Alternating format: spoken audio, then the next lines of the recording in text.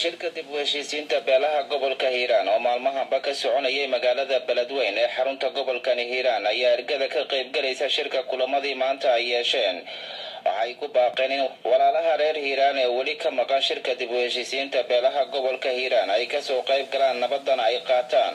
waxaana ugu dambeyntii maanta ay go'aamiyeen ergadu in la sameeyo guddiyo nabadeyn ah oo isugu jira dhammaan beelaha gobolka Hiiraan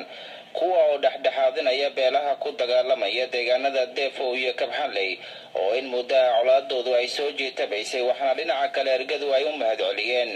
mid ka mid ah beelahaasi colaadda ay u dhaxayso oo sheegay inay aqbaleen diyaarna u yihiin heshiis ay la galaan walaalahooda kale nabadaan cilaaminay waa naga dhab ku soo dhawaadaan leenahay reer Hiiraanow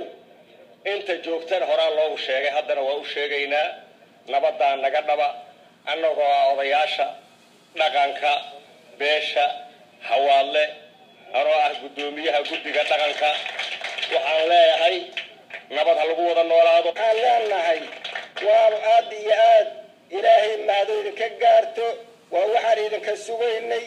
waa idinka qaadanay erga ballaaran oo aan hawaad lahayn oo ummadaha kala oo culmaa u diin leh oo ugaas leh oo waxgarad leh oo siyaasi leh ayaanu xulaynaa wixii aan la kaashan karnaa la kaashaynaa kalsoonaada waxaan kaloo ku darayaa walaalaha maqan ee dhibaatadu kala gaartay arrintii waa fiicnaatay inay codsiganaga iyo walaalnimadanaga inay aqbalaan ilaahay baa ku dhaariyana aqbala waxaa mahad gooniya anaga ii ah walaalahayna reer xawaadle ee geesinimada muujiyay ee ku baaqay nabadda taasu waa mahad